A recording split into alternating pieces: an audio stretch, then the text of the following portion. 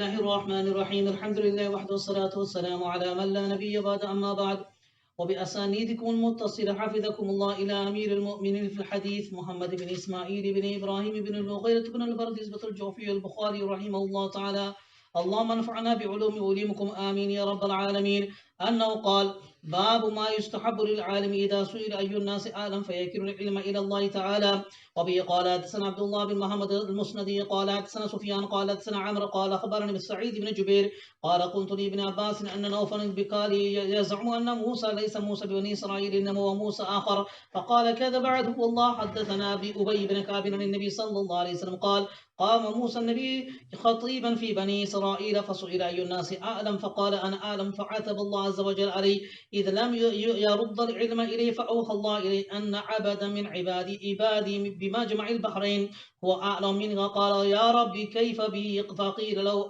احمل حوتا في مكتل فإذا فقدته فهو ثم فانطلق وانطلق معه بفتاه يوشع بن نون وحملا حوتا في مكتل حتى كان عند الصخرة ووضعا رؤوسهما فناما فانصل الحوت من المقتل فاتخذ سبيله في البحر سربا وكان لموسى وفتاه عجبا فانطلق بقية ليلتهما ويومهما فلما أسفى قال موسى لفتاه آتنا غداءنا لقد لقينا من سفرنا هذا نصبا ولم يجد موسى مسا من النصب حتى جاوز المكان الذي أمر به فقال له فتاه أرأيت إذ أوينا إلى الصخرة فإني نسيت الحوت قال موسى ذلك ما كنا نبغي فارتدا على آثارهما قصصا فلما انتحيا إلى الصخرة وإذا رجل أحسن الله إليكم فلما انتحيا إلى الصخرة إذا رجل مسجن بثوب أو قال تسجى بثوبه فسلم موسى فقال الخادر وأنا بأرضك سلام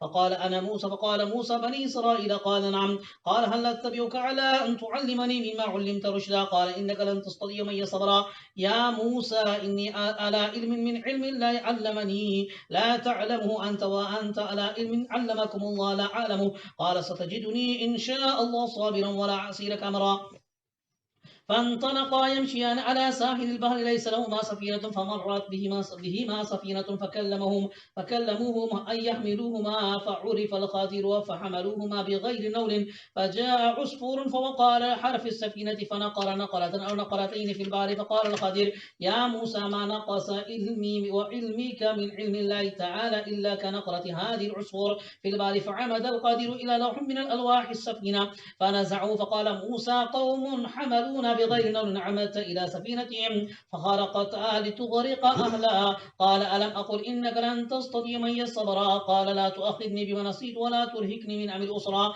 قال فكانت الأولى من موسى نسيان فانطلقا فإذا غلام يلعب مع الغلمان فأخذ الخادر برأسه من أعلاه فقتلع رأسه بيده فقال موسى أقتلت نفسا زكية بغير نفس قال ألم أقل لك إنك لن تستطيع معي صبرا قال ابن عيينة وهذا أوكد فانطلقا حتى إذا أتيا أهل قرية استطعما أهلها فأبوا أن يضيفوهما فوجدا فيها جدارا يريد أن ينقض قال الخادر بيده فأقامه فقال له موسى لو شئت لاتخذت علي أجرا قال هذا فراق بيني وبينك قال النبي صلى الله عليه وسلم يرحم الله موسى لوددنا لو الصبر حتى يقص علينا من أمرهما قال محمد بن يوسف حدثنا أبي علي بن خشرم قال حدثنا سفيان بن عيينة بطوله.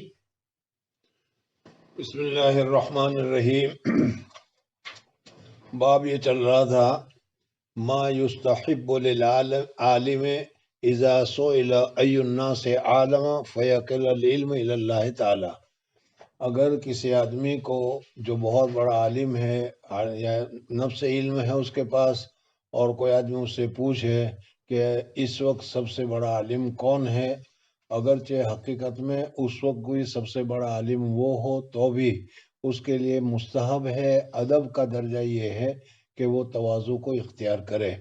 تواضع یہ بہت ہی عمدہ صفت ہے اور یہ ہمارے اندر میں پیدا ہونی چاہیے، اس وجہ سے کہ علم کے بعد چونکہ بہت بڑی نعمت ہے، آدمی کو ذرا سا کبر پیدا ہو جاتا ہے، میرے پاس علم ہے، میں عالم ہوں، میں بڑا ہوں، میں ہی سب کچھ جانتا ہوں، اور یہ کبر کی علامت ہے.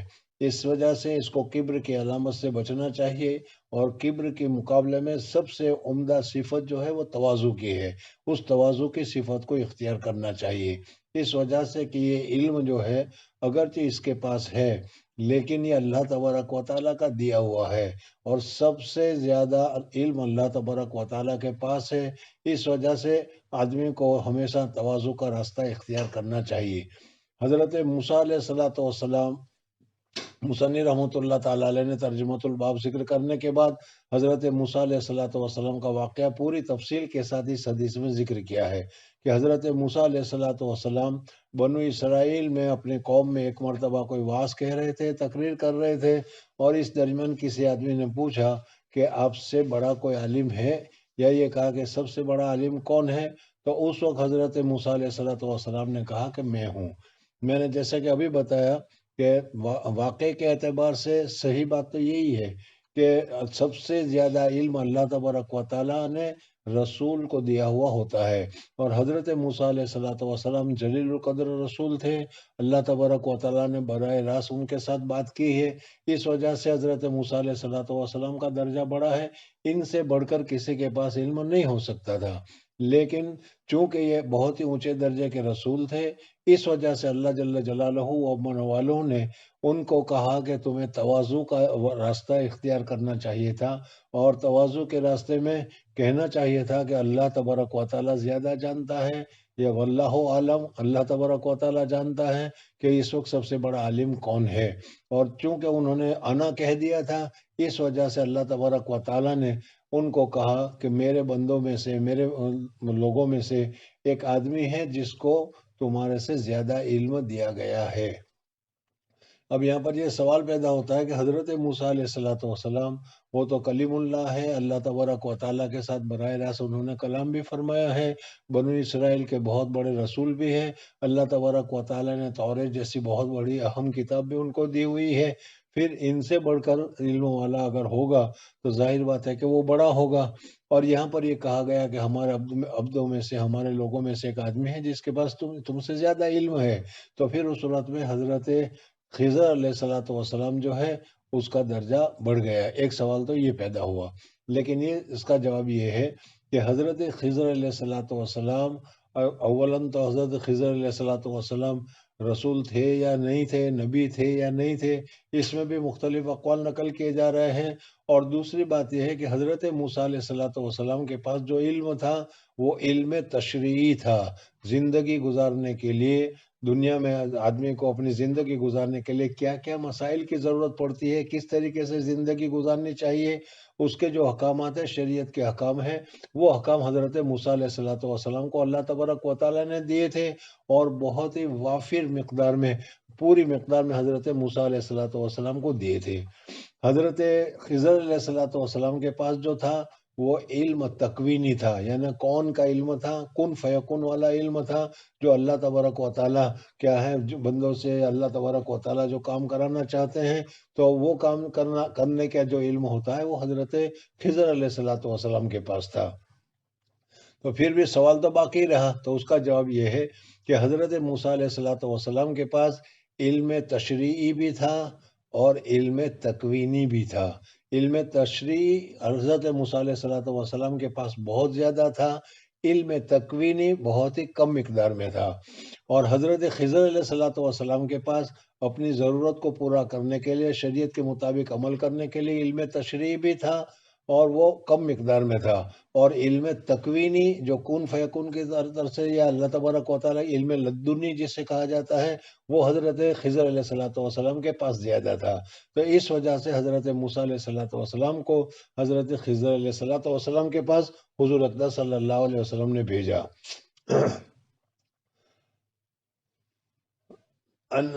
قال له في يد انسد الناس، کہاں گیا وہ؟ قال قلت لابن عباس، میں نے حضرت ابن عباس رضی اللہ تعالیٰ عنہ سے کہا، نوفل البقالی گمان کرتے ہیں کہ موسیٰ وہ موسیٰ بنو اسرائیل نہیں ہے۔ میں نے پہلے بتایا تھا کہ حضرت عبداللہ ابن عباس رضی اللہ تعالیٰ عنہ کے سامنے اس قصے میں دو واقعے پیش آئے ہیں۔ ایک واقعے میں تو یہ ہے کہ حضرت موسیٰ علیہ السلام جو بنو اسرائیل کے رسول تھے انہی کا یہ واقعہ ہے یا ان کے علاوہ کوئی دوسرے کا واقعہ ہے، ایک تو یہ ہے، اور دوسرا یہ کہ حضرت موسیٰ علیہ السلام کے ساتھ خضر تھے یا کون تھا، یہ دوسرا مسئلہ ہے۔ بہرحال یہاں پر انہوں نے کہا انما ہوا موسیٰ آخر، منوفن البقالی کا کہنا تھا کہ حضرت موسیٰ علیہ السلام جو رسول تھے وہ رسول کا واقعہ نہیں ہے، بلکہ موسیٰ نامی ایک دوسرا آدمی تھا جن کا یہ واقعہ ہے۔ تو اس وجہ سے انہوں نے حضرت ابی ابن کعب رضی اللہ تعالیٰ عنہ سے پوچھا کہ حضور اقدس صلی اللہ علیہ وسلم سے اس سلسلے میں آپ نے کچھ سنا ہے یا آپ کو کچھ معلوم ہے؟ تو حضرت ابی ابن کعب رضی اللہ تعالیٰ عنہ نے کہا کہ ہاں، میں نے حضور اقدس صلی اللہ علیہ وسلم سے سنا ہے کہ حضرت موسیٰ علیہ السلام جو بنو اسرائیل کے رسول تھے، وہ ایک مرتبہ بنو اسرائیل میں تقریر کر رہے تھے، اور تقریر کرتے ہوئے انہوں نے پوچھا تو معلوم ہوا کہ یہ موسیٰ بنو اسرائیل ہیں۔ فقال قذب عدو اللہ حدثنا ابی ابن کعب عن النبی صلی اللہ علیہ وسلم قال قام موسیٰ النبی خطیبا فی بنو اسرائیل فسئل ای الناس عالم فقال انا عالم۔ حضرت موسیٰ علیہ السلام نے کہہ دیا میں سب سے زیادہ جاننے والا ہوں، اور واقع کے اعتبار سے صحیح بھی تھا، لیکن چونکہ ادب کے اعتبار سے یہ صحیح نہیں تھا۔ حضرت اتنے بڑے عالم ہونے کے بعد، اتنے بڑے اللہ کے رسول ہونے کے بعد، اتنے بڑے کیا ہیں اللہ تبارک و تعالیٰ کے محبوب ہونے کے بعد، ان کو تواضع اختیار کرنا چاہیے تھا، اور تواضع اختیار کر رہے کہنا چاہیے تھا کہ واللہ عالم، اللہ زیادہ جانتا ہے، مجھے معلوم نہیں ہے۔ لیکن انہوں نے کہا اس وجہ سے فعتب اللہ عز وجل علیہ، اللہ تبارک و تعالیٰ ناراض ہو گئے ان کے اوپر۔ کیوں؟ اس لیے کہ انہوں نے اپنے علم کو اللہ کی طرف محول کیوں نہیں کیا۔ فاوحى اللہ الیہ، اللہ تبارک و تعالیٰ نے وحی بھیجی حضرت موسیٰ علیہ السلام کی طرف، ان عبدا من عبادی، میرے بندوں میں سے ایک بندہ ہے جو مجمع البحرین میں ہے۔ بحرون کے معنی آتے ہیں سمندر کے، مجمع البحرین دو سمندر کے ملنے کی جگہ، اور یہ دو سمندر کون سے ہیں؟ سمندر بحر روم اور بحر فارس، یہ جس جگہ پر دونوں ملتے ہیں اس جگہ کو مجمع البحرین سے تعبیر کیا گیا۔ مجمع البحرین کے پاس ہمارا ایک بندہ ہے، وہ اعلم منک، وہ تم سے زیادہ جانتے ہیں۔ جب اللہ تبارک و تعالیٰ نے حضرت خضر علیہ السلام کے متعلق کہا کہ اس کو اللہ تبارک و تعالیٰ نے بہت علم دے رکھا ہے، تو حضرت موسیٰ علیہ السلام کو شوق ہوا کہ اس سے ملاقات کرنی چاہیے، جاننا چاہیے، دیکھنا چاہیے، اور ان کے پاس کیا ہے جاننا چاہیے۔ اس وجہ سے انہوں نے حضرت اللہ جل جلالہ امن والوں سے یہ دعا کی، یا رب کیف بہی، یا اے میرے پروردگار، اس سے ملاقات کرنے کی صورت کیا ہو سکتی ہے، اس سے ملاقات کرنے کی شکل کیا ہو سکتی ہے؟ تو اللہ جل جلالہ نے فرمایا کہ اچھا، اس سے اگر تم ملاقات کرنا چاہتے ہو تو ایسا کرو کہ ایک تھیلے میں، ایک کھلتے میں، ایک زنبیل میں ایک کیا ہے ایک مچھلی کو لے لو، اور وہ مچھلی مردہ ہوگی، ظاہر بات ہے کہ پانی سے مچھلی نکلے گی تو وہ مر جائے گی، تو مردہ مچھلی ہوگی، اس کو لے کر چلو۔ جس جگہ پر یہ مچھلی پھر دوبارہ زندہ ہو جائے اور دوبارہ زندہ ہو کر سمندر میں کود جائے، اس جگہ پر تم کو یہ آدمی ملے گا۔ چنانچہ حضرت موسیٰ علیہ السلام نے اپنا ایک شاگرد اور اپنا ایک خادم جن کا نام یوشع ابن نون تھا، ان کو لے کر چلے، اور ایک تھیلی میں کیا انہوں نے ایک مچھلی کو لے لی، اور مچھلی کو لے کر وہ پیدل چلتے رہے۔ چلتے چلتے چلتے چلتے حضرت موسیٰ علیہ السلام بہت دور تک نکل گئے۔ رات کا وقت ہو گیا، اور رات کے وقت ہونے کی وجہ سے دن بھر چلے تھے، تھکے ہوئے بھی تھے، اس وجہ سے ایک پتھر آیا، ایک بڑی چٹان آئی، اس چٹان کے پاس ٹیک لگا کر کچھ دیر آرام کرنے کا ارادہ کیا۔ حضرت موسیٰ علیہ السلام نے ٹیک لگائی، ٹیک لگانے کے ساتھ حضرت موسیٰ علیہ السلام سو گئے۔ حضرت یوشع ابن نون علیہ السلام وہ وہاں پر حضرت موسیٰ علیہ السلام کے ساتھ تھے، وہ کچھ دیر وہ بھی آرام کیا، پھر وہ بیدار ہوئے۔ انہوں نے دیکھا کہ مچھلی اس جگہ پر تھیلے میں سے، زنبیل میں سے زندہ ہو گئی، اور زندہ ہونے کے بعد وہ پانی میں کود گئی، اور پانی میں کود گئی تو پانی میں جیسے کوئی چیز ایسی کودتی ہے تو پھر پانی مل جاتا ہے، لیکن یہ یہاں پر تعجب یہ ہوا کہ مچھلی جس جگہ پر گئی وہاں پر وہ سوراخ رہ گیا اور پانی جم گیا، اور یہ معلوم ہوا کہ ادھر سے یوں مچھلی گئی ہوئی ہے۔ حضرت یوشع ابن نون نے دیکھا اور دیکھ کر بڑا تعجب ہوا۔ اس وقت انہوں نے سوچا کہ میں حضرت موسیٰ علیہ السلام کو اطلاع کروں، لیکن اس وقت وہ تھکے ہوئے ہیں، آرام کر رہے ہیں، ان کو نیند میں خلل ڈالنے کی وجہ سے اچھا یہ ہے کہ جب وہ بیدار ہو جائیں گے تو میں پھر ان کو حضرت موسیٰ علیہ السلام کو یہ بات بتاؤں گا۔ چنانچہ پھر جب موقع ہوا اور صبح کو حضرت موسیٰ علیہ السلام بیدار ہوئے، بیدار ہونے کے بعد حضرت موسیٰ علیہ السلام نے فوراً چلنے کا حکم دے دیا۔ حضرت یوشع ابن نون علیہ السلام اس وقت ان کو کہنا بھول گئے، یا تو شیطان نے کہنا بھلا دیا، دماغ سے نکل گئی ان کی بات، اس وجہ سے اب پورا دن حضرت موسیٰ علیہ السلام چلتے رہے اور پھر اس کے بعد رات آ گئی، اور رات کے آنے کے وقت حضرت موسیٰ علیہ السلام نے کہا کہ بھائی بہت دیر سے چلتے تھک بھی گئے ہیں، اس وجہ سے کچھ ناشتہ واشتہ ہو تو نکالو کھانے کے لیے۔ اس وقت حضرت یوشع نے کہا کہ حضرت جس جگہ پر ہم پہلی مرتبہ آرام کرنے کے لیے بیٹھے ہوئے تھے اسی جگہ پر وہ مچھلی کیا ہے زندہ ہو کر سمندر میں چلی گئی تھی، اور بڑا عجیب واقعہ تھا، میں آپ کو بتانے والا تھا لیکن کیا ہے میں اس کو بھول گیا۔ سمجھ میں آ گیا؟ بخاری میں تو ابھی اتنا ہی ہے، لیکن تفسیر میں اس واقعے کو بہت تفصیل کے ساتھ لکھا ہے، اور اس میں یہ لکھا ہے کہ جس جگہ پر حضرت موسیٰ علیہ السلام نے پتھر کے پر ٹیک لگا کر آرام کیا تھا وہیں پر ایک چشمہ تھا، اور اس چشمے کا نام تھا آب حیات، اور اس چشمے کی خصوصیت یہ تھی کہ اگر کوئی آدمی اس پانی کو پی لے تو اس پینے کی وجہ سے قیامت تک کے لیے اس کو حیات مل جاتی ہے، موت نہیں آتی، قیامت تک وہ آدمی زندہ رہتا ہے۔ تو اس چشمے کا کوئی قطرہ یا چھینٹا اس مچھلی کے اوپر پڑا، اور اس مچھلی کے اوپر پڑنے کی وجہ سے وہ مچھلی زندہ ہو کر اس جگہ پر سمندر میں چلی گئی۔ بہرحال سمندر وہی آب حیات ہو یا اس کے علاوہ اللہ تبارک و تعالیٰ نے کیا ہے اس میں حیات پیدا کر دی ہو، وہ مچھلی کیا ہے سمندر میں چلی گئی۔ تو حضرت یوشع نے جب بتایا تو حضرت موسیٰ علیہ السلام نے کہا اللہ کے بندے، اسی جگہ پر جس جگہ پر مچھلی زندہ ہو کر سمندر میں چلی جائے ہمیں اسی جگہ پر جانا تھا، وہیں پر اس آدمی کو ملنا تھا جس کو ملنے کے لیے ہم چلے ہیں، اس وجہ سے وہ بتا دیتے تو یہ چلنا نہیں پڑتا۔ مفسرین نے لکھا ہے کہ حضرت موسیٰ علیہ السلام جب تک وہاں تک چلے، یعنی اس صخرہ تک، اس پتھر تک چلے، وہاں تک تو تھکان کا احساس نہیں ہوا، لیکن جب اس مقصد سے آگے نکل گئے اور پھر چلے تو اس صورت میں تھکان کا احساس ہوا، اور ان کو کیا ہے بھوک کا بھی احساس ہوا۔ فسئل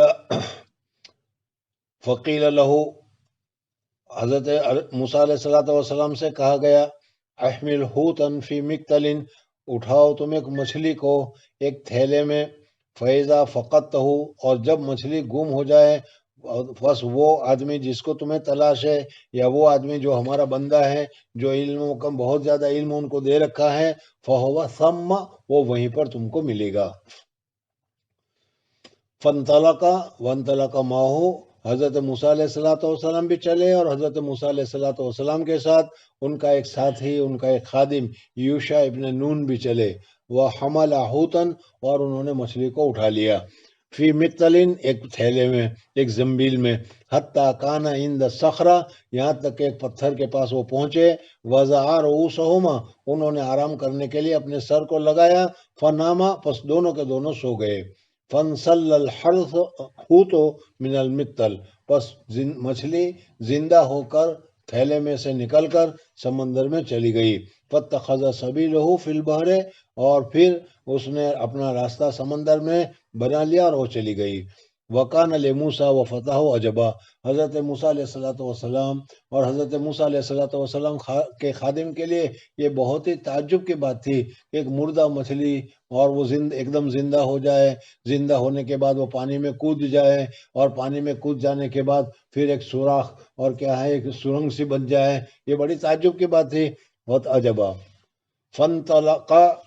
فانطلقا بقیۃ لیلہما، یہ پوری رات، اب جو رات کو اٹھے ہوں گے تو اسی رات میں یہ واقعہ ہو گیا، پھر حضرت موسیٰ علیہ السلام کی آنکھ کھلی تو پھر چلنے لگے، تو جو رات باقی تھی وہ رات بھی چلتے رہے، پھر اس کے بعد پورا دن آیا، وہ پورا دن بھی چلتے رہے، وَيَوْمُهُمَا، اور اس کے بعد جو دن آیا اس دن میں بھی چلتے رہے، پھر اس کے بعد رات میں چلتے رہے، اور پھر دوسرا دن جب صبح ہوا، قال موسیٰ، حضرت موسیٰ علیہ السلام نے کہا اپنے خادم سے، لاؤ بھائی ہمارے ناشتے کو، لقد لقینا من سفرنا ھذا نصبا، ہمیں ہمارے اس سفر میں تو ہمیں بہت ہی مشقت محسوس ہوئی، ولم یجد موسیٰ، اور حضرت موسیٰ علیہ السلام نے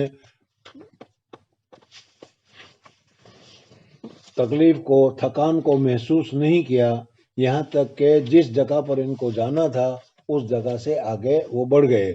فقال له فتح، حضرت یوشع نے کہا ارائیت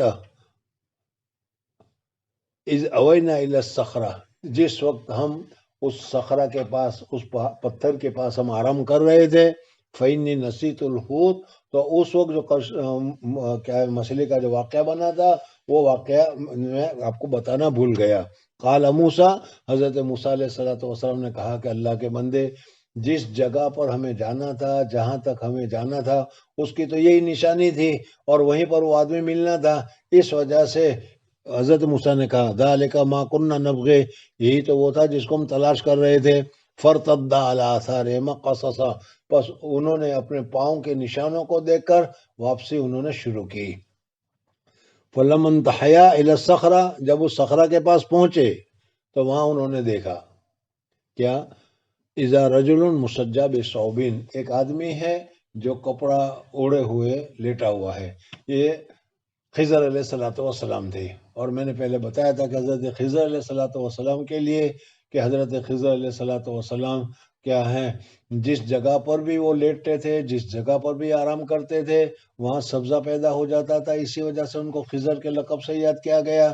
یا یہ بھی کہتے ہیں کہ ان کی چادر تھی، اس کا کلر جو تھا وہ خضر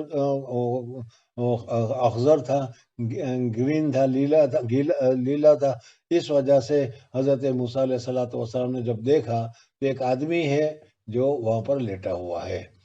اب یہاں پر تفسیری روایتوں میں اور یہاں پر ذرا سا فرق ہے کہ مچھلی جو چلی تھی اور اس نے سوراخ بنایا تھا، اس کے بعد پھر آگے ایک کیا جزیرہ آتا تھا، جزیرہ کہتے ہیں آئی لینڈ، کہ چاروں طرف پانی ہو اور درمیان میں زمین ہو۔ وہاں پر حضرت موسیٰ علیہ السلام گئے تو وہاں پر حضرت خضر علیہ السلام کو لیٹا ہوا پایا۔ یہاں پر بھی یہ تو دونوں میں تعارض نہیں ہے، تطبیق ہو سکتی ہے کہ اس جگہ پر حضرت موسیٰ علیہ السلام جہاں مچھلی گئی تھی، حضرت یوشع نے بتایا وہ سوراخ ہو گیا تھا، اسی سوراخ سے وہ چلتے رہے اور چل کر جس جگہ پر پہنچے تو وہاں ایک جزیرہ تھا، اور اس جزیرے کے پاس حضرت خضر علیہ السلام چادر اوڑے ہوئے سوئے ہوئے تھے۔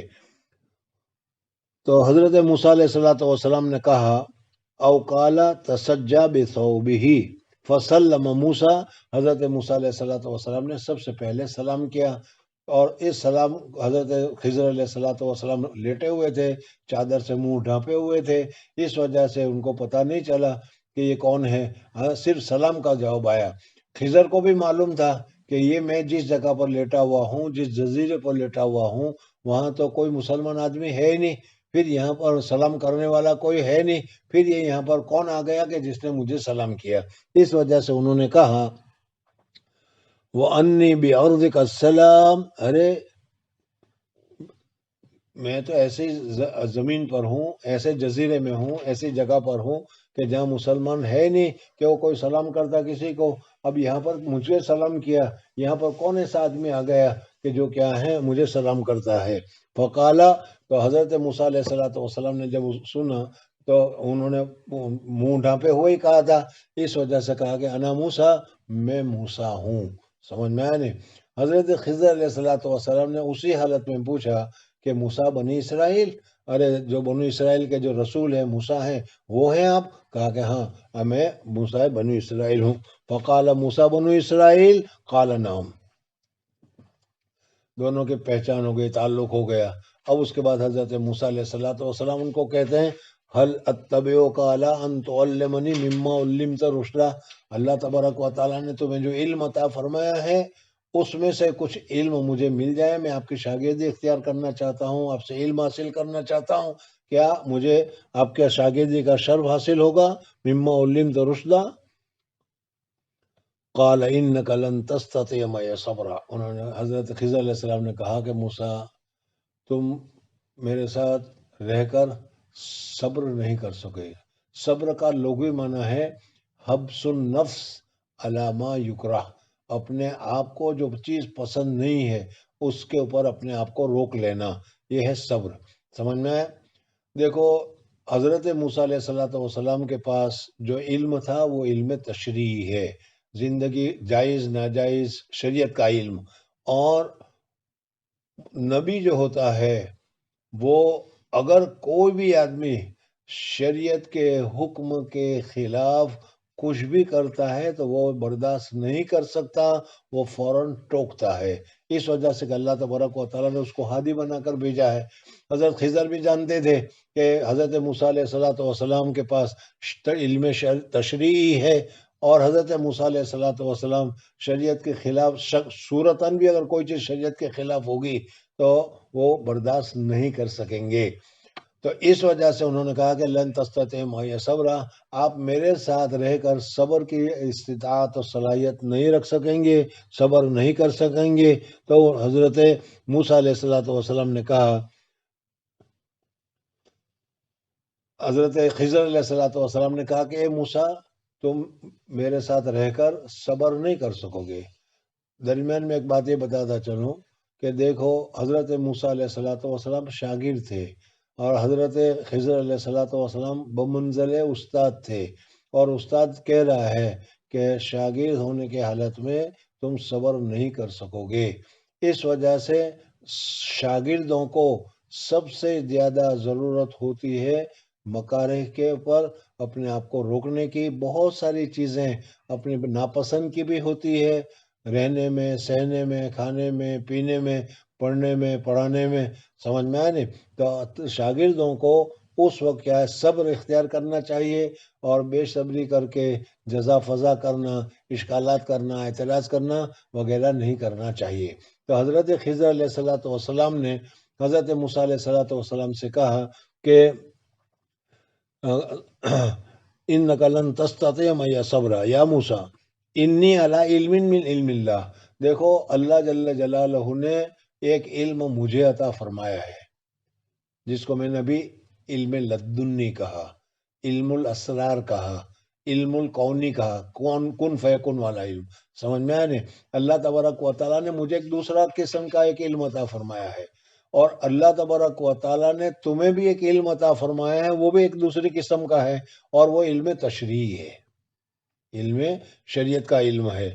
انی علی علم من علم اللہ ہے، علمنی ہے لا تعلمہ انت، اللہ نے مجھے وہ سکھلایا ہے، اور اللہ تبارک و تعالیٰ نے وہ تمہیں عطا نہیں کیا ہے۔ سمجھ میں آ گیا؟ میں نے ابھی تھوڑی دیر پہلے تمہیں بتایا تھا کہ نفس علم، اللہ تبارک و تعالیٰ نے نبی کو بہت کچھ علم دے رکھا ہے، اور نبی کو بہت کچھ علم ہوتا ہے، علم لدنی بھی اس کے پاس ہوتا ہے، اور علم تشریعی بھی ہوتا ہے، لیکن علم تشریعی کا غلبہ ہوتا ہے، زیادتی ہوتی ہے۔ حضرت خضر علیہ السلام کو علم لدنی زیادہ دے رکھا ہے، اور علم تشریعی ضرورت کے مطابق ہے، سمجھ میں آیا نہیں؟ تو اس وجہ سے کہا وَأَنْتَ عَلَىٰ عِلْمٍ، اور آپ ایک ایسے علم کے، اور آپ اس علم پر ہے، علمکم اللہ لا علمہ، جو اللہ تبارک و تعالیٰ نے تم کو سکھلایا ہے، اور وہ علم میں نہیں جانتا، یعنی اس میں مہارت مجھے نہیں ہے، ضرورت کے مطابق تو میرے پاس ہے، نماز پڑھنا ہے، روزہ رکھنا ہے، وغیرہ وغیرہ جو بھی ہے، لیکن اس میں مہارت میرے پاس نہیں ہے۔ قال، حضرت موسیٰ علیہ السلام نے کہا ستجدنی انشاءاللہ صابرا، آپ کو اشکال ہے کہ میں صبر نہیں کر سکوں گا، لیکن میں آپ کو وعدہ کرتا ہوں کہ میں انشاءاللہ صبر کے ساتھ رہوں گا، اور آپ کے اوپر میں اشکالات وغیرہ نہیں کروں گا، ولا عصی لک امرا، اور آپ کے حکم کی نافرمانی میں نہیں کروں گا۔ اب یہ دونوں کے دونوں، حضرت موسیٰ علیہ السلام اور حضرت خضر علیہ السلام دونوں چلے۔ ظاہر بات ہے کہ حضرت یوشع ابن نون بھی ساتھ ہوں گے، لیکن چونکہ وہ تابع تھے اس وجہ سے ان کا تذکرہ نہیں کیا، یا یہ بھی ہو سکتا ہے کہ حضرت یوشع ابن نون کو چھوڑ دیا اور دونوں چلے ہوں۔ تو دونوں چلے، فانطلقا یمشیان، دونوں کے دونوں چلنے لگے، علی ساحل البحر، بحر مانے سمندر، ساحل مانے کنارہ، یعنی زمین پر دونوں پیدل چلنے لگے اور چلتے رہے، اور اس کشتی، اس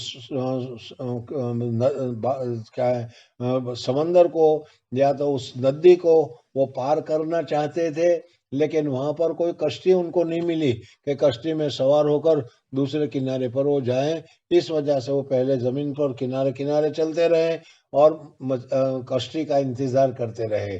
تھوڑی دیر میں کشتی آ گئی، جب کشتی آ گئی تو حضرت خضر علیہ السلام نے اس کشتی والوں سے بات چیت کی کہ بھائی ہمیں اس کنارے پر پہنچنا ہے، تم لوگ ہمیں پہنچا دو گے؟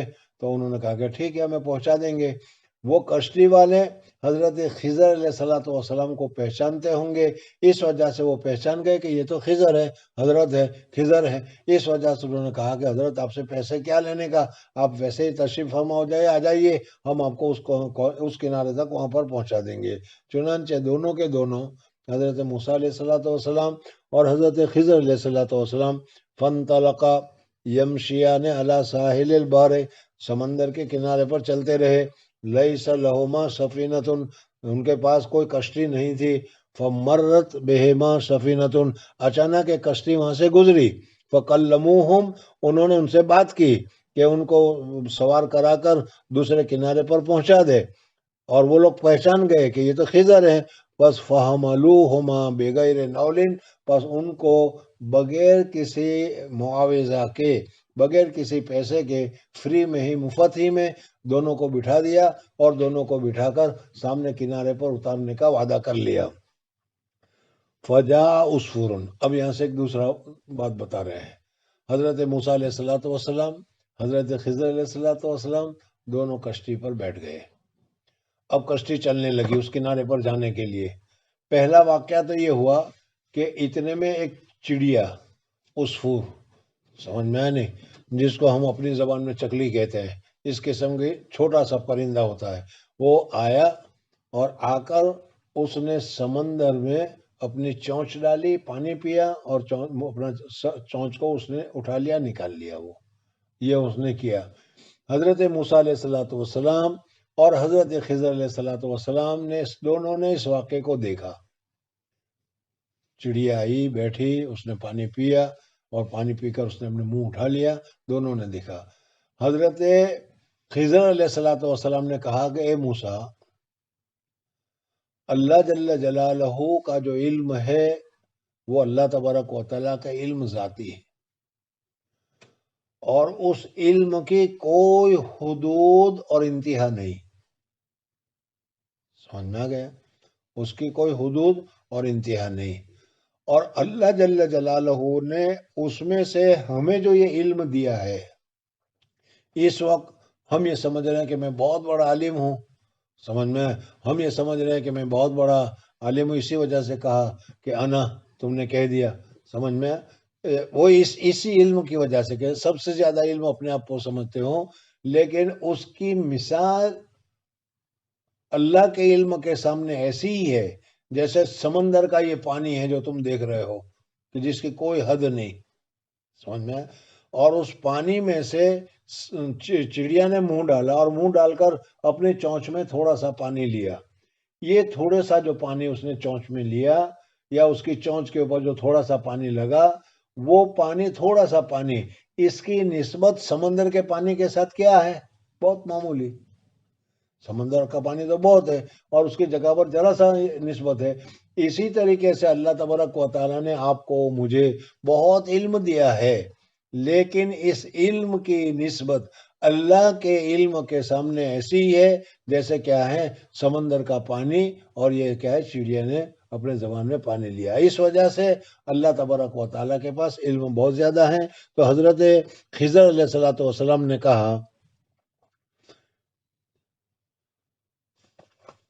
یا موسیٰ ما نقص علمی و علمک، اللہ تعالیٰ نے جو مجھے علم دیا ہے وہ علم، اور اللہ جل جلالہ و امن والوں نے تجھے جو علم دیا ہے وہ دونوں علم مل کر اللہ کے علم کے سامنے اس کی کوئی حقیقت نہیں، جیسے سمندر کا جو پانی ہے اس کے سامنے اس چڑیا نے جو پانی لیا اس کی کوئی حقیقت نہیں ہے۔ من علم اللہ تعالی الا نقرت حاضر عصفور، اس چڑیا نے جو کیا ہے اس میں چونچ ڈبوئی ہے اس کی مقدار ہے فی البحر فامد الخضر۔ اس وجہ سے حضرت خضر علیہ الصلوۃ والسلام نے بتا دیا کہ ہمارے پاس کتنا ہی علم ہو، لیکن اللہ جل جلالہ و من والہ کے پاس جو علم ہے وہ بے انتہا علم ہے، اس کی کوئی حدود نہیں ہے۔ اس وجہ سے اپنے علم پر آدمی کو بھروسہ اور گھمنڈ اور یہ کر کے میں بہت بڑا عالم ہوں یہ نہیں کہنا چاہیے، میں ہی عالم ہوں یہ نہیں بتانا چاہیے۔ حضرت خضر علیہ الصلوۃ والسلام نے حضرت موسیٰ علیہ الصلوۃ والسلام سے یہ بات کی۔ اب اس کے بعد حضرت خضر علیہ الصلوۃ والسلام وہاں سے اٹھے اور اٹھ کر ایک کلاڑا لیا اور کلاڑا لے کر اس کشتی کا جو تختہ تھا اس تختے کو اکھاڑ دیا. حضرت موسیٰ علیہ الصلوۃ والسلام سے رہا نہیں گیا، فوراً نبی ہے کہ ان لوگوں نے تو ہم کو فری میں بٹھایا، ان کا شکریہ ادا کرنا چاہیے تھا، اس کی جگہ پر تم نے ایسا کام کیا کہ جس کی وجہ سے کیا ان کی کشتی ہی ڈوب جائے گی، یہ بھی ڈوب جائیں گے، ہم بھی ڈوب جائیں گے. اس وجہ سے حضرت موسیٰ علیہ الصلوۃ والسلام نے اعتراض کیا. فعمد الخضر، حضرت خضر علیہ الصلوۃ والسلام نے ارادہ کیا ایک تختے کی طرف، کشتی کے تختوں میں سے اس کو اکھاڑ دیا. حضرت موسیٰ سے رہا نہیں گیا اور کہا اے بھائی، قوم حملونا بغیر نولین، ارے بھائی ان لوگوں نے ہم کو مفت میں بٹھایا، پیسے بھی نہیں لیے، اجرت بھی نہیں لی، ان کا تو شکریہ ادا کرنا چاہیے. لیکن امت الی سفینتہم وخرقتها لتغرق اہلہا، آپ نے اس تختے کو نکال دیا کہ اس تختے کے نکالنے کی وجہ سے ان کی کشتی ہی ڈوب جائے گی، کل کو ان کے پاس کشتی بھی نہیں رہے گی، اور مفت میں بٹھانے کا یہ ان کو کیا ہے بہت بڑا نقصان ہوا. ہمیں تو ایسا کام نہیں کرنا چاہیے، لہذا آپ نے ایسا کیوں کیا؟ قال، حضرت خضر علیہ الصلوۃ والسلام نے کہا الم اقل لک انک لن تستطیع معی صبرا، ارے بھائی میں نے تمہیں پہلے ہی کہا تھا کہ تم میرے ساتھ رہو گے تو صبر نہیں کر سکو گے میرے کام کو دیکھ کر. دیکھو پہلے ہی تم نے یہ کیا. ابھی تھوڑی دیر میں آئے گا کہ واقعی میں حضرت موسیٰ علیہ الصلوۃ والسلام نے پہلا جو اعتراض کیا، آپ نے ایسا کیوں کیا، یہ کیا ہے بھول سے کیا. سمجھ میں آئے نہیں، ایک طبی طور پر بھول گئے، وہ جو وعدہ تھا وہ وعدہ بھول گئے، اور وعدہ بھول کر میں نے ابھی بتایا کہ نبی کے سامنے جب خلاف شرع شکر کی جگہ پر ناشکری کا کام کیا جائے تو پھر اس صورت میں نبی چپ نہیں رہ سکتا، نبی فوراً بولنا شروع کر دیتا ہے. حضرت موسیٰ علیہ الصلوۃ والسلام نے کہا قال الم اقل، حضرت خضر نے کہا کیا میں نے نہیں کہا تھا انک لن تستطیع معی صبرا، آپ میرے ساتھ صبر نہیں کر سکتے. قال، حضرت موسیٰ علیہ الصلوۃ والسلام بھی سمجھ گئے کہ واقعی میں مجھ سے بھول ہو گئی، اس لیے کہ پہلا سوال بھول سے ہی ہو گیا تھا. اس وجہ سے انہوں نے کہا لا تؤاخذنی بما نسیت، میں نے بھول کر سوال کر لیا، بھول ہو گئی میری بھول کو معاف کر دو. ولا ترهقنی من امری عسرا.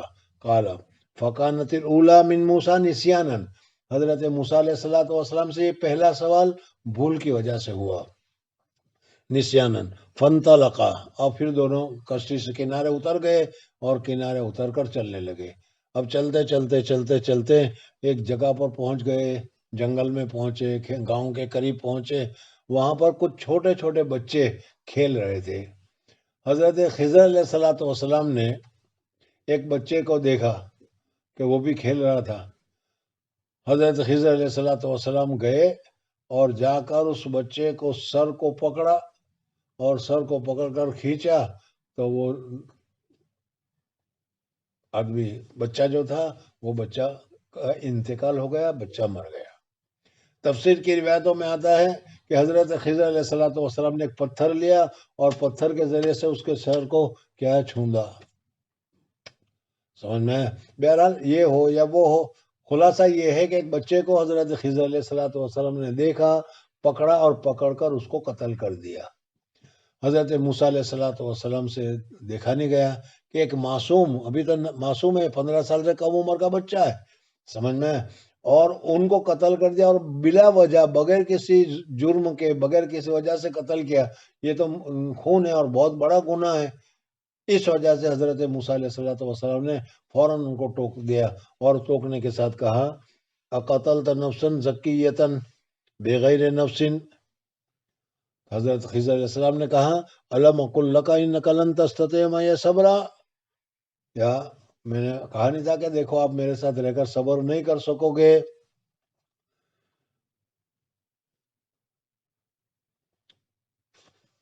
فانطلقا فاذا غلام، ایک بچہ تھا جو کھیل رہا تھا دوسرے بچوں کے ساتھ. فاخذ الخضر، اصل میں کہتے ہیں کہ یہ جو بچہ تھا جس کو مار ڈالا گیا، یہ بچہ ان کے جو والدین تھے وہ بہت ہی زیادہ نیک، متقی اور پرہیزگار تھے، اللہ کے محبوب بندے تھے، لیکن ایسے ولی صفت انسانوں کے یہاں یہ بچہ جو پیدا ہوا وہ کیا ہے، جس میں اللہ تبارک و تعالیٰ نے ایمان کی صلاحیت ہی نہیں رکھی تھی، ایک قول تو یہ ہے، یعنی وہ بچہ جو تھا اس میں ایمان تھا ہی نہیں۔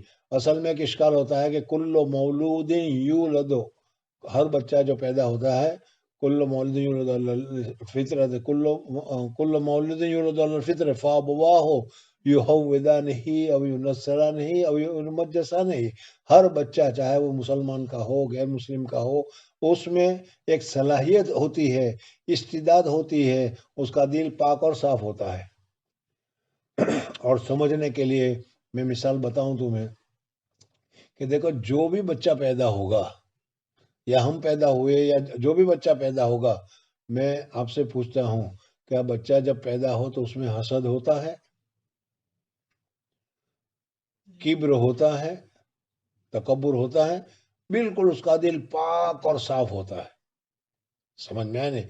اگر وہ اسی حالت پر رہے تو اس کا دل خود بخود فیصلہ کرتا ہے اللہ کو ماننے کا اور اللہ کے اوپر ایمان لانے کا، لیکن جس ماحول میں وہ ہوتا ہے فَأَبَوَاهُ يُحَوِّدَانِهِ او يُنَصِّرَانِهِ او يُمَجِّسَانِهِ، پھر اس کے ماں باپ اس کو یہودی، نصرانی یا مجوسی بنا دیتے ہیں۔ میں سمجھانے کے لیے اس کی مثال ایسے بتاتا ہوں، دیکھو ہمارے یہاں انگلینڈ میں ماحول اچھا ہے، بچوں کا ماحول اچھا ہے، محلے کا ماحول اچھا ہے، اس وجہ سے ہمارا جو یہ بچہ جو ہوتا ہے ابتدائی طور پر، سمجھ میں وہ جھوٹ بھی نہیں بولتا، سمجھ میں، اور گالی گلوچ بھی نہیں کرتا ہے کہ نہیں، یا کرتا ہے؟ عامتاً نہیں کرتے، سمجھ میں نہیں۔ لیکن انہی بچے کو اگر انڈیا لے جاؤ، پاکستان لے جاؤ، بنگلہ دیش لے جاؤ، سمجھنا، کچھ دن وہاں رہو تو دیکھو وہ جیسے تیری ماں کی بولتے ہیں اس طریقے سے یہ بھی تیری ماں کی بہن کی بولنا شروع کر دیں گے، سمجھ میں آ گیا؟ تو اسی طریقے سے بچہ جس ماحول میں پرورش پاتا ہے اس ماحول کا اثر اس کے اوپر ہوتا ہے، بلکہ موجودہ سائنس تو یہاں تک کہتی ہے کہ ماں کے پیٹ میں جب بچہ ہوتا ہے، ابھی پیدا بھی نہیں ہوا، اس وقت سے ہی اس بچے کے اوپر ماحول کا اثر ہونا شروع ہو جاتا ہے۔ اسی وجہ سے وہ کہتے ہیں کہ عورتوں کو حمل کے بعد اچھے خیالات پیدا کرنے چاہیے، اچھے تصورات رکھنے چاہیے، اچھے اعمال کرنے چاہیے، تاکہ اس کے بچے کے اوپر یہ اثر پڑے۔ بہرحال تو یہ ماحول کا اثر ہو جاتا ہے جس کی وجہ سے یہ ہوتا ہے۔ تو اس حدیث کی وجہ سے یہاں اشکال ہوگا کہ یہ بچہ فطرت اسلامی پر پیدا نہیں ہوا تھا۔ اگر فطرت اسلامی پر پیدا ہوا ہے تو ابھی تو اس نے 15 سال کی عمر سے کم بالغ ہونے سے پہلے تو کوئی گناہ ہوتا ہی نہیں اس کے اوپر، سمجھ میں آ گیا؟ پھر حضرت خضر علیہ السلام نے اس کو قتل کیوں کیا؟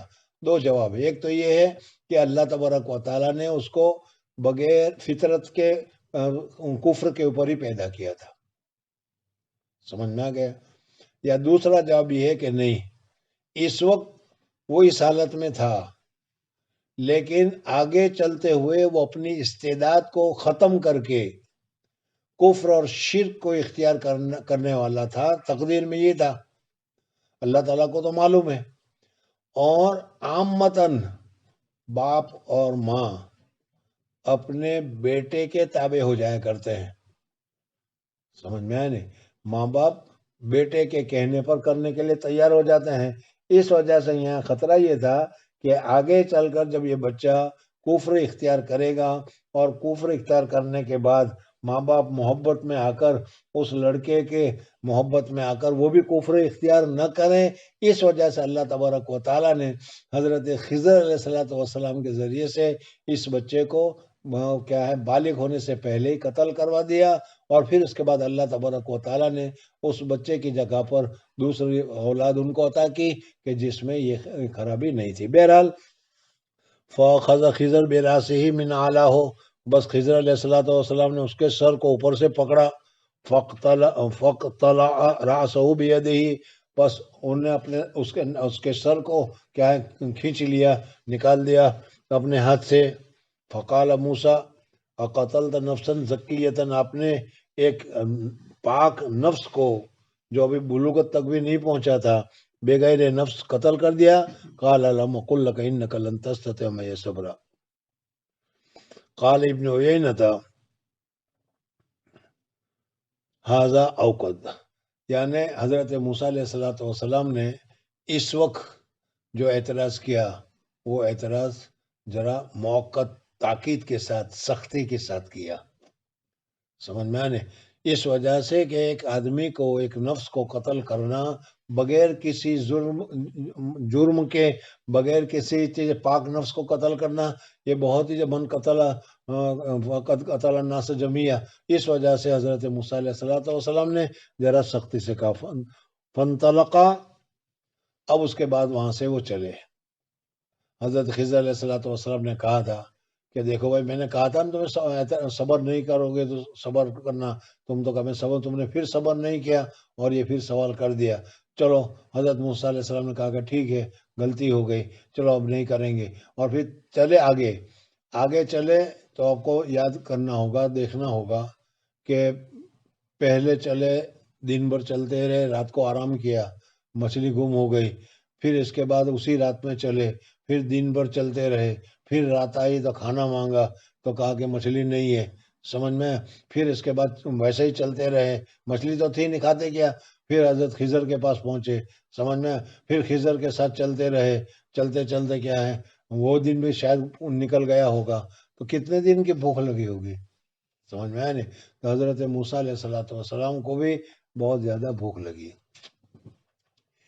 اس وقت تو تقریباً ہر شہر میں ہوٹلیں ہوتی ہے، کھانے پینے کا نظم ہوتا ہے. اب کا جو ماحول ہے اس ماحول کی میں بات کر رہا ہوں. سمجھ میں آئے نہیں؟ پرانے زمانے میں یہ ہوتا تھا کہ کہیں ہوٹل اور کھانے پینے وغیرہ کا کوئی انتظام نہیں ہوتا تھا. آدمی اگر سفر میں نکلے تو سارا انتظام خود کر کے چلنا پڑتا تھا. سمجھ میں؟ یا اس زمانے کا دستور تھا کہ اگر تم چلتے چلتے چلتے چلتے کسی دیہات میں پہنچ گئے، کسی گاؤں میں پہنچ گئے، تو اس گاؤں والوں کا اخلاقی فرض تھا کہ وہ تم کو کھلاتے. وہ دستور زمانے کا وہ دستور تھا. سمجھ میں آئے نہیں؟ حضرت موسیٰ علیہ السلام اور حضرت خضر علیہ السلام دونوں چلتے پہنچے اور گاؤں کے پاس پہنچے اور گاؤں والوں کو کہا کہ بھائی ہمارے کھانے کا انتظام کرو، ہمیں بھوک لگ رہی ہے. فلم گاؤں والوں نے ان کو کھانے کا انتظام نہیں کیا. سمجھ میں آ گیا؟ فانطلقا، بس چلے وہ دونوں، یہاں تک کہ جب وہ دونوں کے دونوں آ گئے اہل قریۃ، گاؤں والے کے پاس. استطعما اہلہا، انہوں نے کھانا طلب کیا گھر والوں، اس رہنے والوں سے. فابوا، انہوں نے انکار کر دیا. ان یضیفوہما، کہ وہ ان کی ضیافت کریں، مہمانداری کریں. اب جب کھانے سے انکار کر دیا تو کیا کرتے؟ زبردستی تو کر نہیں سکتے، چھین تو سکتے نہیں. صبر کر کے بیٹھ گئے. اتنے میں وہاں پر حضرت موسیٰ علیہ السلام نے دیکھا کہ چلتے چلتے ایک جگہ پر گئے تو ایک دیوار تھی، وہ دیوار ذرا سی ٹیڑھی ہوئی تھی. اب وہ ابھی گری اسی طریقے سے تھا. حضرت خضر علیہ السلام اس دیوار کے پاس گئے اور دیوار کے پاس جا کر دیوار کو یوں ہاتھ لگا کر ٹیک لگا دیا. وہ دیوار جو گرنے والی تھی وہ صحیح ہو گئی. سمجھ میں؟ نئی بن گئی اس طریقے سے، جیسے نئی سیدھی سادی مضبوط ہوتی ہے، اس طریقے سے حضرت خضر علیہ السلام کے ہاتھ لگانے کی وجہ سے وہ دیوار گرنے سے بچ گئی اور سیدھی ہو گئی. حضرت موسیٰ علیہ السلام نے اس کو دیکھا اور دیکھنے کے بعد کہا حضرت خضر علیہ السلام سے، ارے بھائی آپ نے یہ کیا کیا؟ ہم نے ان سے کھانا مانگا، انہوں نے کھانا نہیں دیا. کم سے کم ان کو یہ کہتے کہ بھائی اس دیوار کو ہم درست کر دیتے ہیں، اس کے بدلے میں کھانا دو، تو اس کے بدلے میں کھانا ملتا، ہم کو کھانے کو بھی ملتا. آپ نے تو فری میں ہی ایسا کر دیا. حضرت خضر علیہ السلام نے کہا کہ دیکھو میں نے کہا نہیں تھا آپ کو کہ سوال مت کرنا؟ 3 مرتبہ تم نے سوال کیے 3 مرتبہ میں نے مہلت دی، اب 3 مرتبہ مہلت کے بعد اب تم کو میرے سے ساتھ نہیں رہ سکتے، میرے ساتھ تم کو مجھ سے اب تم کو الگ ہونا پڑے گا اور تمہیں جانا پڑے گا. یہ حضرت خضر علیہ السلام نے کہا. فانطلقا حتی اذا اتیا اہل قریۃ استطعما اہلها فابوا، بس انہوں نے انکار کیا، ان یضیفوہما فوجدا، تو پایا ان دونوں نے اس میں ایک دیوار کو، یرید ان ينقض، کہ وہ دیوار گرنے کا ارادہ رکھ رہی ہے، گرنے کے قریب ہو رہی ہے.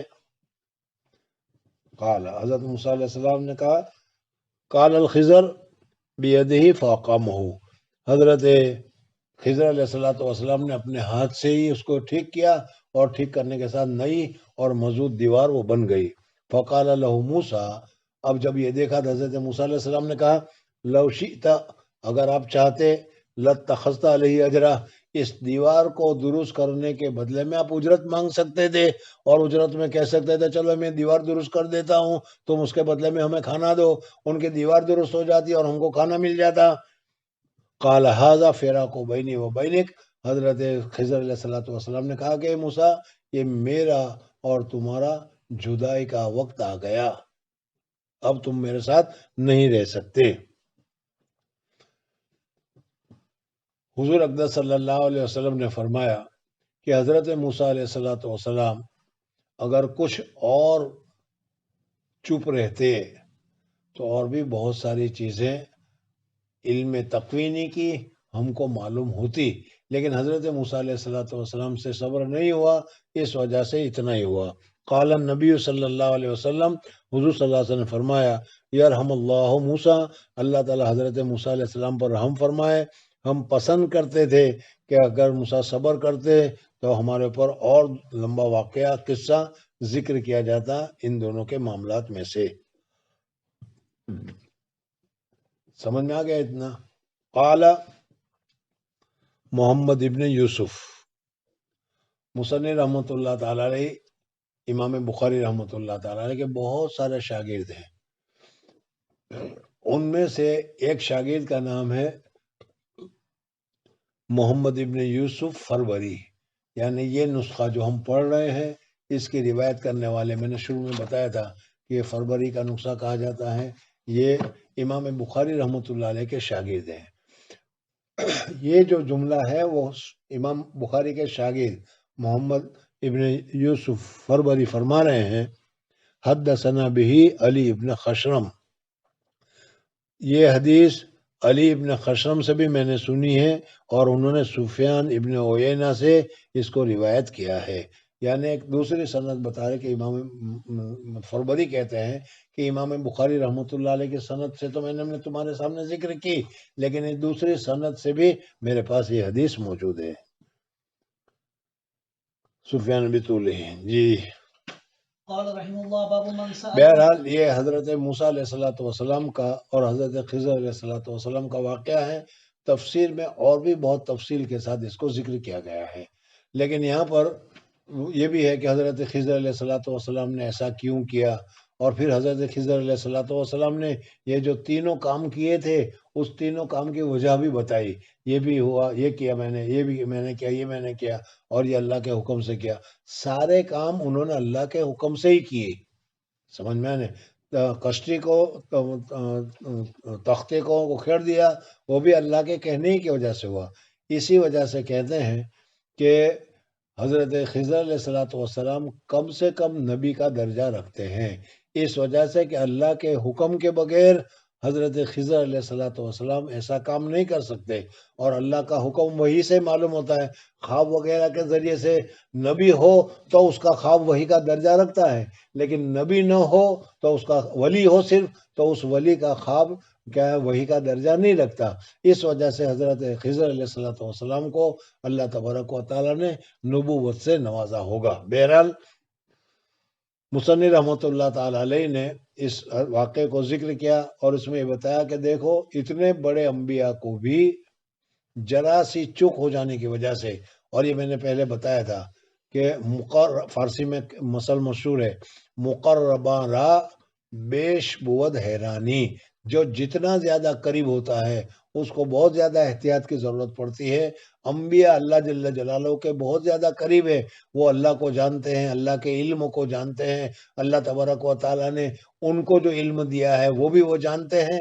اس وجہ سے ان کو احتیاط کے ساتھ بڑے بیدار مغزی کے ساتھ بات کرنی چاہیے اور بیدار مغزی کے ساتھ ان کو رہنا چاہیے۔ اس لیے حضرت موسیٰ علیہ السلام کو اللہ تبارک و تعالیٰ نے صرف کیا ہے مستحب کو چھوڑنے کی وجہ سے یہ اختیار فرمایا۔ جی قال رحمه الله باب من سأل وهو قائم عالما جالسا وبه قال حدثنا عثمان قال حدثنا جرير عن منصور عن ابي وائل عن ابي موسى قال جاء رجل الى النبي صلى الله عليه وسلم فقال يا رسول الله ما القتال في سبيل الله فان احدنا يقاتل غضبا ويقاتل حمية فرفع اليه راسه قال وما رفع اليه راسه الا انه كان قائما فقال من قاتل لتكون كلمة الله العليا فهو في سبيل الله۔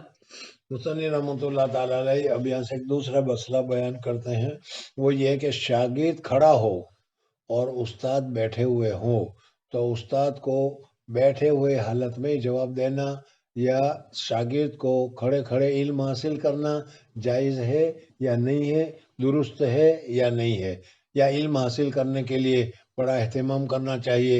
جیسے پہلے بتایا تھا کہ حضرت عمر فاروق رضی اللہ تعالیٰ عنہ گھٹنوں کے بل بیٹھ گئے، تو اس طریقے سے شاگردوں کو بیٹھ کر ہی علم حاصل ہونا چاہیے، یہ ضروری نہیں ہے، بلکہ اگر کوئی آدمی اس طریقے سے علم حاصل کر رہا ہے کہ استاد بیٹھا ہوا ہے اور شاگرد کھڑا ہے تو اس صورت میں یہ بھی جائز اور درست ہے، یہ بتانا مقصود ہے۔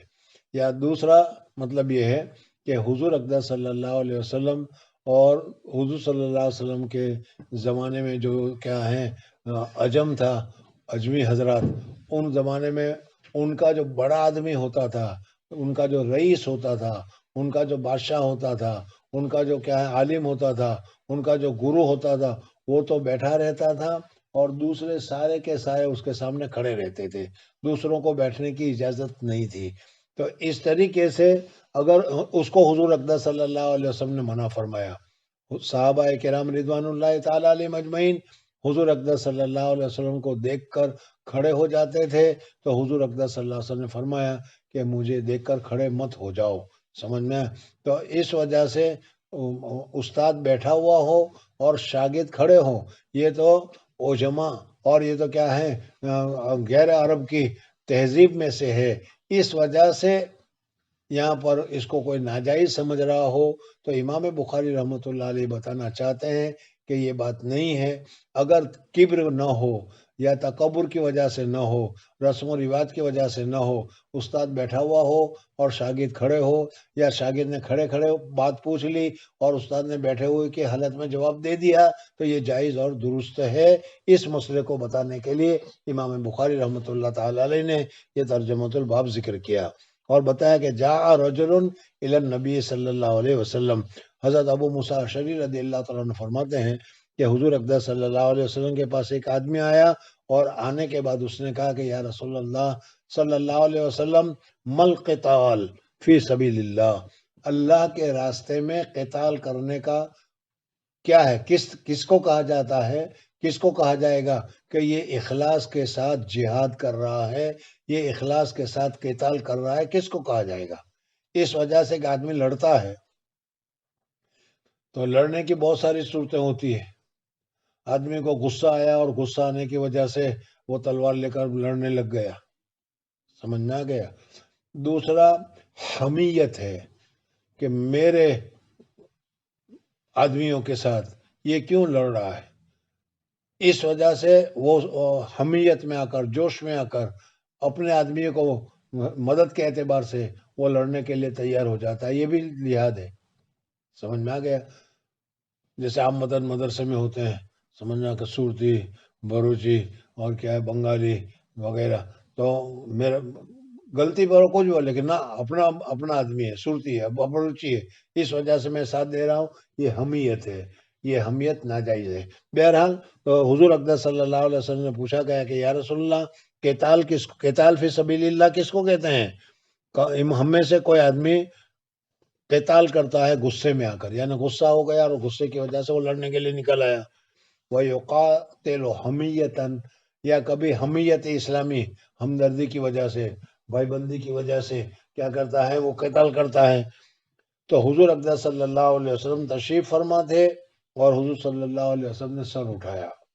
سوال کرنے والا نے سوال کیا، اس وقت حضور صلی اللہ علیہ وسلم تشریف فرما تھے، اور جب آدمی بیٹھا ہوا ہوتا ہے تو اس کا سر نیچے ہی ہوتا ہے، لیکن جب یہ سوال کیا، سوال کرنے والا اوپر سے سوال کر رہا ہے، تو حضور صلی اللہ علیہ وسلم نے سر کو اٹھایا. ترجمۃ الباب اس سے ثابت ہوا کہ حضور صلی اللہ علیہ وسلم تشریف فرما تھے. کیسے معلوم ہوا کہ جواب دینے کے وقت حضور صلی اللہ علیہ وسلم نے سر اٹھایا؟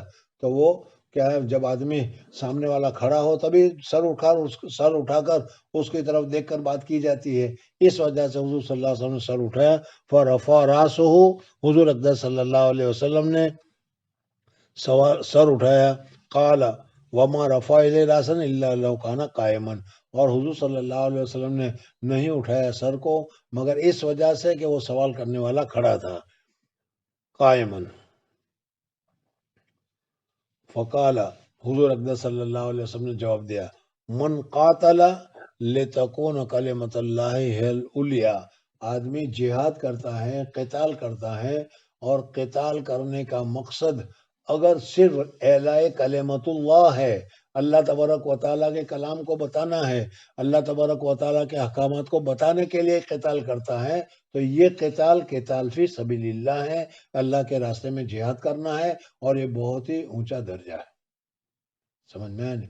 ہم لوگ نماز پڑھتے ہیں، لیکن اس نماز پڑھنے سے خالص اللہ کی رضامندی مقصود ہو تو اور بات ہے، وہی اخلاص ہے. لیکن اللہ کی رضامندی مقصود نہ ہو، لوگوں کو دکھلانا ہو، ریاکاری ہو، سمجھ میں یا کوئی دوسری وجہ ہو، تو حضور اقدس صلی اللہ علیہ وسلم نے فرمایا، من قاتل لتکون کلمۃ اللہ ہی العلیٰ فہو فی سبیل اللہ. جی. قال رحمه الله باب السؤال والفتي عند رمي الجمار وبه قال مصنف رحمۃ اللہ تعالیٰ علیہ نے ایک دوسرا مسئلہ یہاں بتایا، رمی جمار کرنا یہ عبادت ہے، لیکن عبادت مقصودہ نہیں. سمجھ میں حج میں جاتے ہیں، رمی جمار کر رہے ہیں، تو رمی جمار کے وقت اگر کوئی آدمی سوال پوچھے تو اس کا جواب دینے کا کیا حکم ہے؟ یعنی اصل یہ ہے کہیں بھیڑ بھاڑ ہو، اور بھیڑ بھاڑ کے وقت میں یا آدمی مشغول ہو، تو اس مشغولی کے وقت میں اس کو کیا ہے، اگر موقع مل جاتا ہے، جواب دیتا ہے، وقت مل جاتا ہے، تو اس صورت میں اس کو سوال کا جواب دینا جائز اور درست ہے. یہاں رمی جمار کے وقت حضور اقدس صلی اللہ علیہ وسلم مینا میں تھے، اونٹنی پر سوار تھے، لوگ سوال پوچھ رہے تھے اور حضور اقدس صلی اللہ علیہ وسلم اس کا جواب دے رہے تھے. معلوم ہوا بھیڑ بھاڑ کے وقت میں بھی اگر کسی نے سوال پوچھ لیا تو جواب دینا جائز اور درست ہے. جی. وبه قال حدثنا ابو نعيم قال حدثنا عبد العزيز بن ابي سلمة عن الزهري عن انس بن طلحه عن عبد الله بن عمرو قال رايت النبي صلى الله عليه وسلم عند الجمره وهو يسأل فقال رجل يا رسول الله نحرت قبل أن أرمي فقال ارمي ولا حرج. قال آخر يا رسول الله حلقت قبل أن أنحر قال انحر ولا حرج. فما سئل عن شيء قدم ولا أخر إلا قال افعل ولا حرج. حدیث میں امام بخاری رحمۃ اللہ علیہ نے جو حدیث ذکر کی، یہ حدیث پہلے تمہارے سامنے آ گئی کہ مینا کے 10ویں تاریخ کو 4 کام کرنے ہوتے ہیں. سمجھ میں آنا؟ سب سے پہلا تو رمی کرنا، پھر رمی کرنے کے بعد کیا ہے، طواف کرنا، طواف کرنے کے بعد کیا کرتا ہے، سر منڈانا، اور پھر کیا کرنا ہے، وہ اس کو بال کٹوانا ہوتا ہے. بہرحال یہ چاروں میں ترتیب ضروری ہے یا ترتیب ضروری نہیں ہے؟ اس میں امام ابو حنیفہ رحمۃ اللہ علیہ کے نزدیک ترتیب ضروری ہے، اور دوسرے اماموں کے نزدیک کیا ہے، ترتیب ضروری نہیں ہے. یہاں پر صحابہ کرام رضوان اللہ تعالی علیہ مجمعین نے بھی ایسے خلاف ترتیب کام کیا. حضور صلی اللہ علیہ وسلم سے پوچھا، حضور صلی اللہ علیہ وسلم نے فرمایا کہ افعل ولا حرج، افعل ولا حرج. حضور صلی اللہ علیہ وسلم نے بتایا. سمجھ میں آ گیا؟ تو یہ حضور صلی اللہ علیہ وسلم نے رمی کرتے وقت مینا میں ایسا کیا، اس وجہ سے ترجمۃ الباب اس کے ذریعے سے ثابت ہو گیا. مسئلہ کیا ہے وہ کتاب الحج میں انشاءاللہ تفصیل کے ساتھ آئے گا. جی. باب قول الله تعالى وما أوتيتم من العلم إلا قليلا. وبه قال حدثنا قيس بن حفص قال حدثنا عبد الواحد قال حدثنا الأعمش سليمان بن مهران عن إبراهيم عن علقمة عن عبد الله قال بين أنا أمشي مع النبي صلى الله عليه وسلم في خرب المدينة وهو يتوكل على عصيب معه، فمر بنفر من اليهود فقال بعضهم لبعض سلوه عن الروح، فقال بعضهم لا تسألوه لا يجيء في بشيء تكرهونه، فقال بعضهم لنسألنه. فقام رجل منهم فقال فقال يا أبا القاسم ما الروح؟ فسكت فقلت إن يوحى إلي. فقمت فلما انجلى عنه فقال ويسألونك عن الروح قل الروح من أمر ربي وما أوتوا من العلم إلا قليلا. قال العامشي هكذا في قراءتنا وما أوتوا. مصنف رحمۃ اللہ تعالیٰ علیہ نے ترجمۃ الباب قائم کیا، اور جیسے عادت ہے ان کی کہ ترجمۃ الباب میں کبھی قرآن کی آیت کو ذکر کر دیتے ہیں، کبھی حدیث کو ذکر کر دیتے ہیں۔ یہاں قرآن پاک کی آیت ہی ذکر کر دی، وما اوتیتم من العلم الا قلیلا، سمجھ میں آئے؟ یعنی اللہ تبارک و تعالیٰ نے آدمی کے پاس بہت یہ سمجھا کہ میرے پاس بہت علم ہے، سمجھ میں آیا نہیں؟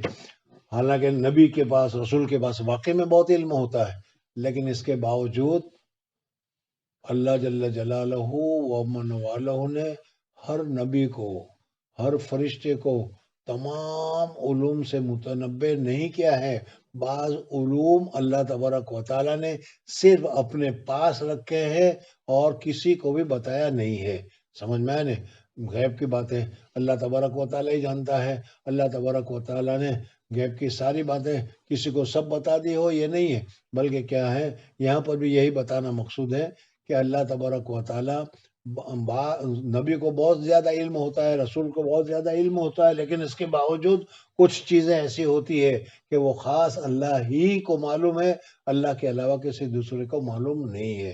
اس وجہ سے ہمارے یہاں بھی بعض لوگ، ہمارے خود کیا ہیں لوگوں میں بھی بعض حضرات، بدعتی حضرات، وہ حضور صلی اللہ علیہ وسلم کو عالم الغیب کہتے ہیں۔ عالم الغیب یہ اللہ تبارک و تعالیٰ کی صفت ہے، اللہ ہی کو غیب کا علم ہے۔ ہاں، حضور صلی اللہ علیہ وسلم کو اللہ تبارک و تعالیٰ نے بہت علم دیا، ساری مخلوقات میں سب سے زیادہ علم حضور صلی اللہ علیہ وسلم کو دیا، غیب کی باتیں بھی بتائی، قیامت میں پہلے کیا ہوگا وہ حضور صلی اللہ علیہ وسلم کو، لیکن اللہ کے بتانے کی وجہ سے ہے، حضور صلی اللہ علیہ وسلم کی ذاتی صفت یہ نہیں ہے، اس وجہ سے حضور صلی اللہ علیہ وسلم کو عالم الغیب کہنا صحیح نہیں ہے۔ اور یہی بتایا گیا کہ اللہ تبارک و تعالیٰ نے اپنے نبیوں کو بھی ساری باتیں نہیں بتائی، کچھ باتیں اللہ تعالیٰ نے اپنے پاس ہی رکھی ہے۔ وما اوتیتم من العلم الا قلیلا۔ جی، حدیث ذکر کی، اور حدیث میں یہ ذکر کیا گیا کہ حضرت علقمہ رضی اللہ تعالیٰ عنہ، یہ حضرت عبداللہ ابن عباس رضی اللہ تعالیٰ عنہ کے کیا ہے شاگردوں میں ہیں۔ قال بینما انا امسی مع النبی صلی اللہ علیہ وسلم، حضور اقدس صلی اللہ علیہ وسلم کے ساتھ ایک مرتبہ میں جا رہا تھا، حضور صلی اللہ علیہ وسلم کے ساتھ، فی خرب المدینہ، مدینہ کی خرابہ زمین، بیکار پڑی ہوئی زمین جس کو خراب کہتے ہیں ہم لوگ، خرب میں، سمجھ میں جا رہے تھے ہم، حضور صلی اللہ علیہ وسلم بھی تھے، سامنے سے کچھ یہودی تھے وہ بھی آ رہے تھے، دونوں کی ملاقات ہو گئی راستے میں، خرب پر بیکار پڑی ہوئی زمین تھی، اس کے اوپر وہ یتوکل علی اسیب ماہو، اور اسیب کہتے ہیں کھجور کے جو پتے ہوتے ہیں، اس ٹہنی ہوتی ہے، اس ٹہنی کے اوپر اس کے پتے کو کاٹ کر جو ایک لکڑی اور رسی لکڑی ہوتی ہے اس کو کہا جاتا ہے۔ اور یہیں سے یہ جو مولانا حضرات اپنے ہاتھ میں لکڑی رکھتے ہیں اس کا ثبوت ہے کہ حضور اقدس صلی اللہ علیہ وسلم نے اپنے ہاتھ میں ایک لکڑی تھی، کھجور کی ٹہنی تھی، اس ٹہنی پر حضور اقدس صلی اللہ علیہ وسلم ہاتھ میں پکڑ کر چل رہے تھے، وہ یتوکل ٹیک لگا رہے تھے کھجور کی ایک ٹہنی پر۔ فمر بنفر من الیہود، یہود کی ایک جماعت وہاں سے گزری چند آدمیوں کے ساتھ۔ اب یہودی آپس میں بات کرنے لگے کہ دیکھو بھائی یہ رسول آ رہے ہیں، یہ لوگ جانتے تھے کہ یہ اللہ کے رسول ہیں، لیکن حسد کی وجہ سے یا کسی اور وجہ سے ایمان نہیں لاتے تھے۔ خیر بہرحال انہوں نے دیکھا کہ حضور صلی اللہ علیہ وسلم تشریف لا رہے ہیں اور راستے میں ملاقات ہو گئی، تو ایک یہودی دوسرے یہودی سے کہتا ہے کہ یار ہمیں اس سے کچھ سوال پوچھنا چاہیے تاکہ پتہ چلے کہ یہ اللہ کا رسول ہے یا اللہ کا رسول نہیں ہے۔ اگر ہمیں تو معلوم ہے کہ اللہ تبارک و تعالیٰ نے نبی کو کتنا علم دیا ہوتا ہے، کیا کیا چیز وہ جانتا ہے، چلو ذرا حضور صلی اللہ علیہ وسلم کی ہم آزمائش کریں، امتحان لیں اور یہ دیکھیں کہ اللہ کے رسول ہے یا اللہ کے رسول نہیں ہے۔ دوسرے نے کہا کہ دیکھو تو بھی جانتا ہے میں بھی جانتا ہوں یہ اللہ کے رسول ہے، اور ہم ایسی بات پوچھیں گے جو نبی کے علاوہ کوئی نہیں جانتا اور یہ بتا دے گا تو پھر حجت قائم ہو جائے گی کہ یہ اللہ کے رسول ہے، وہ ہمارے لیے پریشانی کا سبب و ذریعہ بنے گا۔ اس وجہ سے یہ سب پوچھنے کا بند کرو، چلتے رہو۔ اس نے کہا نا میں تو پوچھوں گا۔ چنانچہ وہ حضور اقدس صلی اللہ علیہ وسلم کے پاس جب پہنچے تو حضور اقدس صلی اللہ علیہ وسلم سے انہوں نے ایک سوال کیا۔ کیا سوال کیا ابھی بتاتا ہوں۔ حضور اقدس صلی اللہ علیہ وسلم میں چل رہا تھا حضور صلی اللہ علیہ وسلم کے ساتھ مدینہ منورہ کے کیا ہے خرب المدینہ، مدینہ منورہ کے کیا ہے بیکار پڑی ہوئی زمین پر، وہ یتوقع علی حسیب ماہو، اور حضور صلی اللہ علیہ وسلم ٹیک لگائے ہوئے تھے ایک چھڑی پر جو حضور صلی اللہ علیہ وسلم کے ساتھ میں تھی۔ فمر بے نفر من الیہود، یہود کے لوگوں میں سے ایک جماعت وہاں سے گزری، یعنی وہ ہم ادھر آ رہے تھے وہ ادھر آ رہے تھے، دونوں کی ملاقات ہو گئی۔ فقال بعضهم لبعض، ان میں سے ایک نے دوسرے سے کہا سلوہ عن الروح، اس سے روح کے متعلق سوال کرو۔ روح سے کون سی روح مراد ہے وہ بھی میں بتاؤں گا، لیکن اس سے پہلے یہ دیکھو کہ یہ واقعہ کہاں کا ہے۔ سمجھ میں بخاری کی روایت سے تو معلوم ہوتا ہے کہ یہ مدینہ منورہ کا واقعہ ہے، مدینہ منورہ کے خرابہ میں، مدینہ منورہ کی پڑتر زمین میں، مدینہ منورہ کی بیکار پڑی ہوئی زمین میں حضور اقدس صلی اللہ علیہ وسلم بھی چل رہے تھے، وہ لوگ بھی چل رہے تھے، اور یہاں پر یہ بات ہوئی۔ سمجھ میں آ گیا۔ ان کے علاوہ دوسری روایتوں سے معلوم ہوتا ہے کہ کافرین کا حضور صلی اللہ علیہ وسلم نے ہجرت کی، اس ہجرت سے پہلے کا یہ واقعہ ہے، اس وجہ سے کہ کافرین جب کیا ہے ملک شام کا سفر کرتے تھے تو ملک شام کے سفر کرنے کے وقت میں وہ مدینہ منورہ سے گزرتے تھے۔ ادھر حضور صلی اللہ علیہ وسلم نے مکہ مکرمہ میں 13 سال زندگی گزاری ہے۔ سمجھ میں آ گیا۔ یہ کافر جب جاتے تھے تو مدینہ منورہ میں بات چیت چلتی تھی ان کو کہ بھائی ہمارے یہاں ایک رسول ہے، یہودی کہتے تھے، سمجھ میں۔ تو انہوں نے یہودیوں سے سوال کیا، کافرین نے، یار کوئی ایسا سوال دو، کوئی ایسی بات مجھے بتاؤ کہ ہم محمد سے سوال پوچھیں اور وہ جواب نہ دے سکے، سمجھ میں، تاکہ حضور صلی اللہ علیہ وسلم جو اپنے آپ کو رسول کہتے ہیں وہ رسول کی نفی ہو جائے۔ یہودیوں کو معلوم تھا، اس وجہ سے انہوں نے کہا کہ حضور اقدس صلی اللہ علیہ وسلم سے روح کے متعلق سوال کرنا کہ روح کیا چیز ہے۔ اگر وہ جواب دے تو سمجھ لینا کہ وہ نبی نہیں ہے، اور اگر وہ انکار کر دے کہ بھائی روح کا علم ہمیں معلوم نہیں ہے، زیادہ علم نہیں ہے، تو سمجھ لینا کہ وہ اللہ کے رسول ہے، اس لیے کہ روح کا علم اللہ تبارک و تعالیٰ نے کسی کو دیا نہیں، یا کیا ہے۔ اس حدیث سے معلوم ہوتا ہے کہ یہ مکہ مکرمہ کا واقعہ ہے۔ سمجھ میں آ گیا۔ بعض حضرات نے اس کا جواب دیا کہ دونوں صورتیں ہو سکتی ہے، مکہ میں بھی ایک مرتبہ ایسا ہوا ہو، مدینہ میں بھی ایسا ہوا ہو۔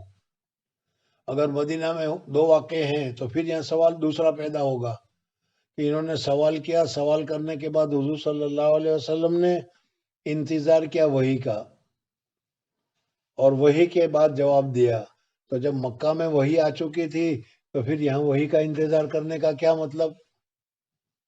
سمجھ میں آیا نہیں؟ تو اس کا جواب یہ ہے کہ مکہ میں اگر وحی آ چکی تھی، لیکن ہو سکتا ہے کہ اس وقت اللہ تبارک و تعالیٰ کوئی اور مزید تفصیل بتا دے، اس لیے حضور صلی اللہ علیہ وسلم نے وحی کا انتظار کیا ہو، لیکن پھر وہی سے یہی جواب آیا کہ وہی آیت وَمَا أُوتِيتُم مِّنَ الْعِلْمِ إِلَّا قَلِيلًا، یہی پڑھ کر سنا دو، تو پڑھ دیا۔ اور ان لوگوں نے حضور صلی اللہ علیہ وسلم نے سوچا، انتظار کیا، اور اس سوچنے اور انتظار کرنے کو یہ لوگ نے سمجھا کہ نہیں وہی آ رہی ہے۔ دونوں احتمال ہو سکتے ہیں۔ خیر بہرحال حضور اقدس صلی اللہ علیہ وسلم سے انہوں نے سوال کیا سلوہ عن الروح، فقال بعضهم لا تسألوه، بعض لوگوں نے تو کہا کہ مت سوال کرو، لا یجیء فیہ بشیء، وہ جواب دے گا اور اس کے جواب سے تم کو ناپسندگی ہوگی، تم کو خجالت ہوگی، شرمندگی ہوگی، اور تم کو اس کے جواب کے بعد پریشانی ہوگی. اس لیے لا تسألوہ لا یجیء فیہ بشیء تکرہونہ. فقال بعضوں نے کہا ضد پڑ گیا نا بھائی، ہم تو پوچھنے کے سامان پوچھیں گے. قال بعضهم لنسألنہ، ہم تو ضرور بھی ضرور حضور اقدس صلی اللہ علیہ وسلم سے سوال کریں گے. فقام رجل منہم، ان میں سے ایک آدمی کھڑا ہوا.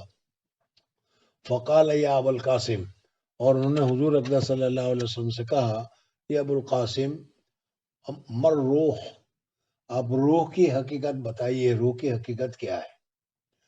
اب اس روح کے حقیقت میں شراح نے تقریباً 10-12 قول ذکر کیے. روح کیا ہے سمجھ میں آیا نہیں؟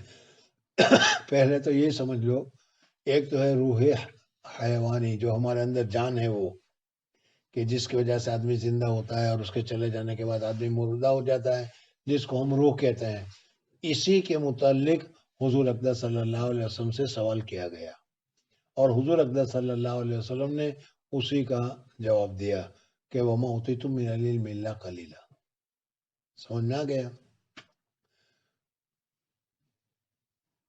مولانا شبیر احمد عثمانی رحمۃ اللہ تعالی علیہ نے بھی ایک کتاب لکھی ہے روح کی حقیقت کے سلسلے میں، اور اسی طریقے سے علامہ ابن قیم نے بھی روح کے متعلق کتاب الروح لکھی ہے. اس میں پوری تفصیل کے ساتھ روح کے سارے اقسام، ساری چیزیں ذکر کی گئی ہے.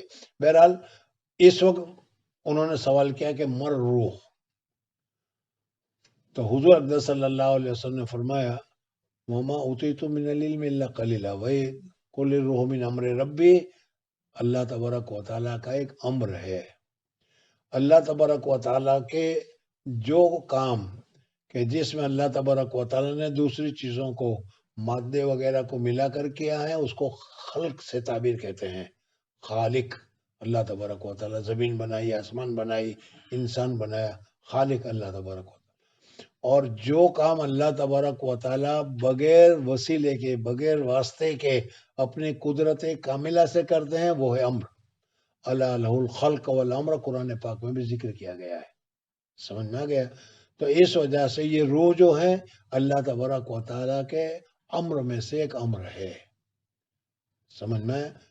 وما اوتیتم من العلم الا قلیلا، اور تم کو اس روح کی حقیقت، یہ روح کیا ہے، کیسے بنی ہے، کس طریقے سے ہے، یہ تم کو اس کا علم نہیں ہے، اور تم کو اس کا علم نہیں دیا گیا ہے.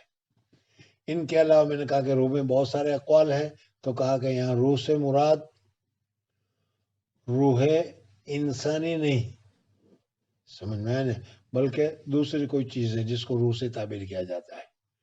دوسرا قول کہ حضرت روح الامین یعنی حضرت جبریل علیہ السلام کے متعلق پوچھا گیا ہو، ان روح سے، روح الامین جس کو کہا جاتا ہے. تیسرا قول یہ ہے کہ اللہ جل جلالہ و امن والوں نے ایک فرشتہ بنایا ہے، اور وہ فرشتہ ہی بہت ہی بڑا اور بہت ہی لمبا چوڑا ہے، پاؤں اس کے زمین میں اور سر اس کا آسمان میں ہے. سمجھ میں آ گیا؟ اور قیامت میں بھی جب فرشتے صف لگا کر کھڑے ہوں گے تو یہ فرشتہ روح، سمجھ میں اکیلا مستقلاً ایک صف میں ہوگا. اس کے متعلق پوچھا گیا. سمجھ میں آ گیا؟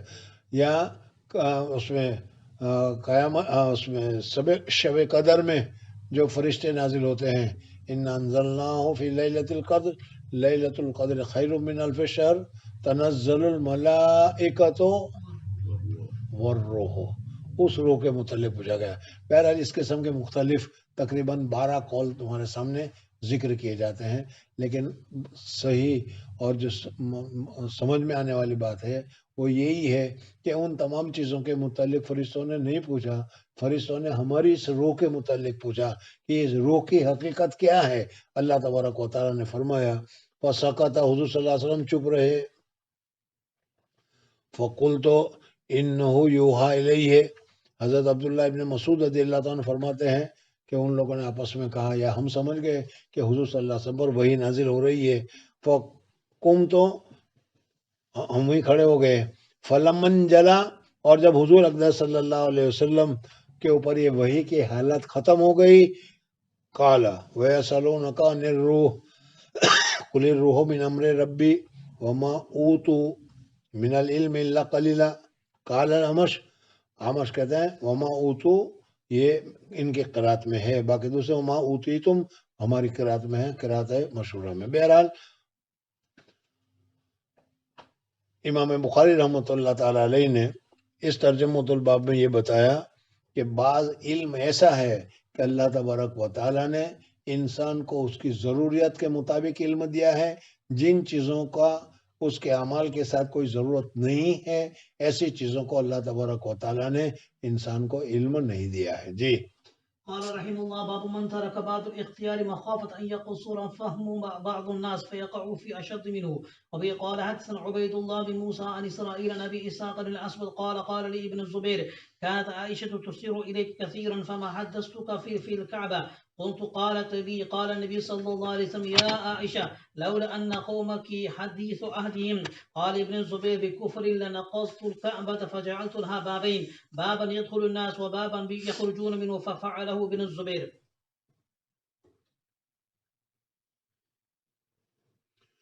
مصنف رحمۃ اللہ تعالی علیہ نے یہ جو ترجمۃ الباب منعقد کیا ہے، من ترک بعض الاختیار مخافت ان یقصر فہم بعض الناس فیقعوا فی اشد منہ، یعنی بعض مرتبہ کچھ بات کہنے سے تم رک جاتے ہو، بات نہیں بتاتے ہو، کچھ کام کرنے سے رک جاتے ہو، نہیں کرتے ہو، اس وجہ سے کہ لوگوں میں صلاحیت نہیں ہے کہ اس کو سمجھ سکیں، اس کو دیکھ سکیں، اور اگر ان کے سامنے یہ کہا جائے گا تو پتہ نہیں کیا ہے، دوسری مشکلیں میں، دوسری پریشانی میں مبتلا ہو جائے گا.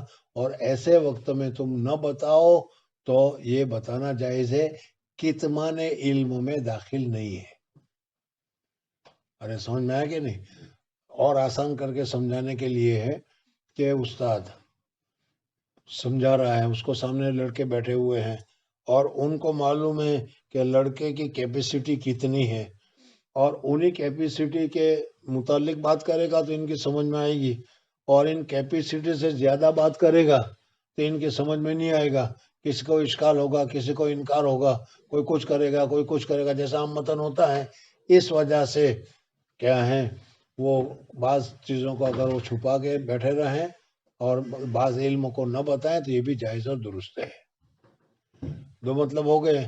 تیسرا مطلب یہ بھی ہو سکتا ہے کہ اگر استاد کو معلوم ہے کہ یہ آدمی نکات کو بھی جانتا ہے، دلیل کو بھی سمجھتا ہے، اس کے سامنے دلیل بیان کرتا ہے، اور ان کو معلوم ہے کہ ان کا دماغ دلیل تک نہیں پہنچے گا، اس وجہ سے اس کے سامنے صرف مسئلہ بتا دیتا ہے، دلیل نہیں بتاتا، تو یہ کتمان علم میں داخل نہیں ہے.